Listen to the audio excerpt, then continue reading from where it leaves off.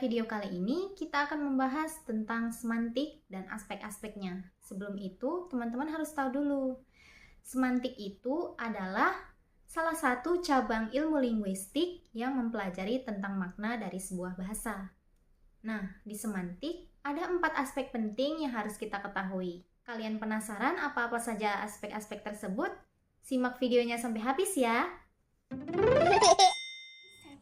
Konsep adalah gambaran atau ide dalam pemikiran seseorang tentang sesuatu yang diwakili oleh kata atau lambang. Konsep ini bisa berbeda bagi setiap orang karena dipengaruhi oleh pengalaman, lingkungan, dan budaya mereka. Ketika seseorang mendengar atau membaca sebuah kata, mereka akan membayangkan sesuatu dalam pikirannya. Namun, gambaran ini bisa berbeda dari satu orang ke orang lainnya.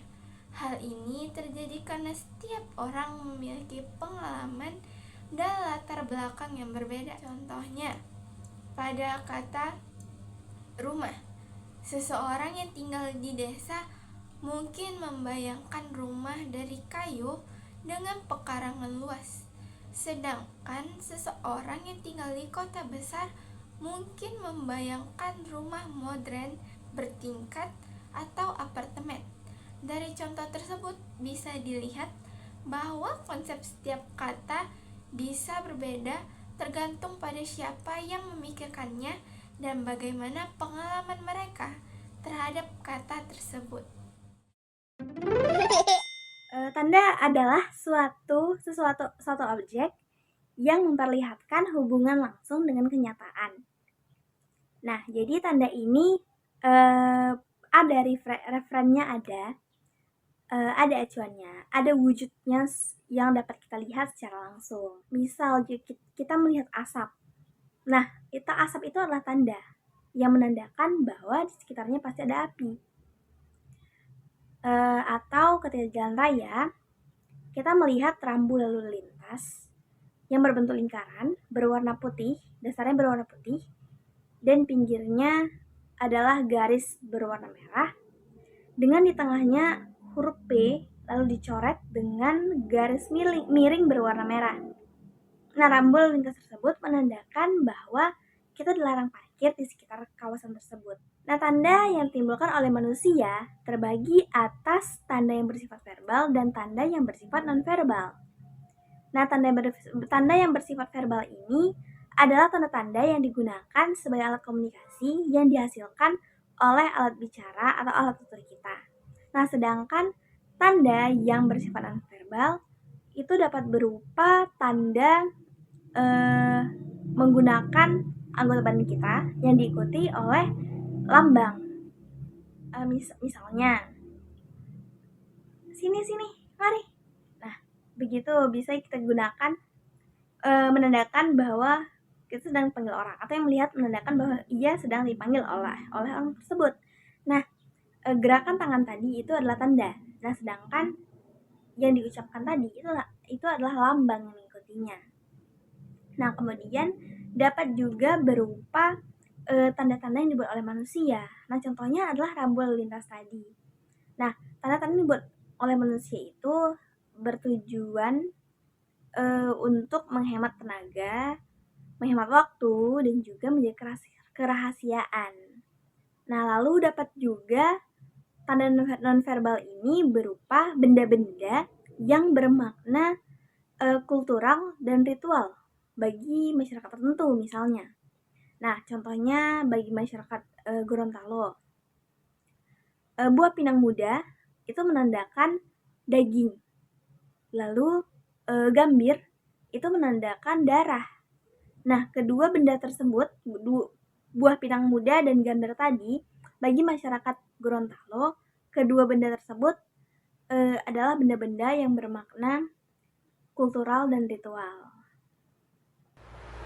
Lambang adalah bentuk seperti kata, gambar, bunyi, atau tanda yang digunakan untuk mewakili suatu makna atau ide. Hubungan antara lambang dan maknanya itu tidak terjadi secara alami atau otomatis, tetapi berdasarkan kesepakatan bersama, yang artinya makna lambang itu muncul karena masyarakat sepakat memberikan arti tertentu pada lambang, bukan karena ada hubungan langsung antara bentuk dan maknanya. Lambang itu tidak terjadi secara langsung.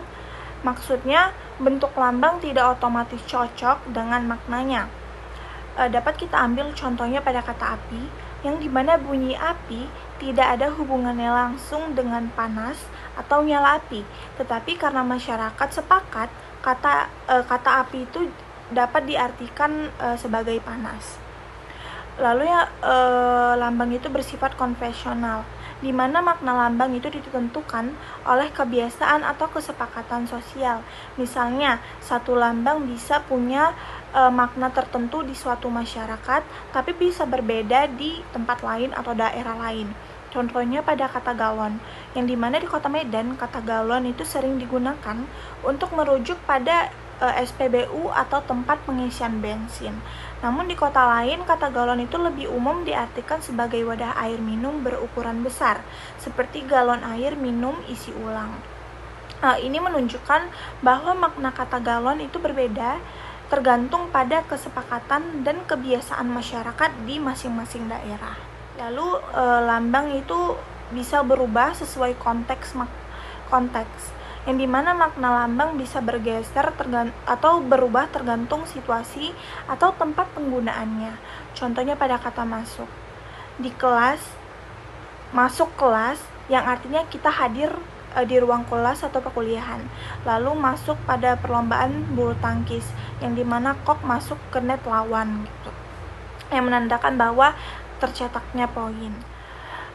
Dapat kita simpulkan bahwa lambang itu seperti kode yang maknanya disepakati bersama dalam masyarakat. Tanpa kesepakatan, lambang tidak punya arti. Jadi, kata-kata, simbol, atau tanda yang kita pakai sehari-hari sebenarnya adalah lambang yang kita pahami karena sudah terbiasa dan disepakati bersama. Penamaan semantik adalah proses di mana suatu objek, konsep, fenomena diberi nama berdasarkan makna atau sifat yang melekat padanya. Nah, proses ini melibatkan pencarian lambang bahasa yang tepat untuk menggambarkan suatu objek. Penamaan pertama saya beri contoh berdasarkan sifat ciri khas. Contohnya itu meja hijau, di mana merujuk pada pengadilan karena meja yang digunakan di sana. Nah, yang kedua itu penamaan tempat asal. Nah, contohnya itu seperti minyak kayu putih, karena berasal dari pohon kayu putih. Nah, itu tadi 4 aspek penting dari semantik yang telah dijelaskan oleh teman-teman saya. Yang mana 4 aspek penting tersebut melingkup konsep, tanda dan lambang, serta penamaan. Terima kasih sudah menyimak sampai habis teman-teman. Sampai jumpa.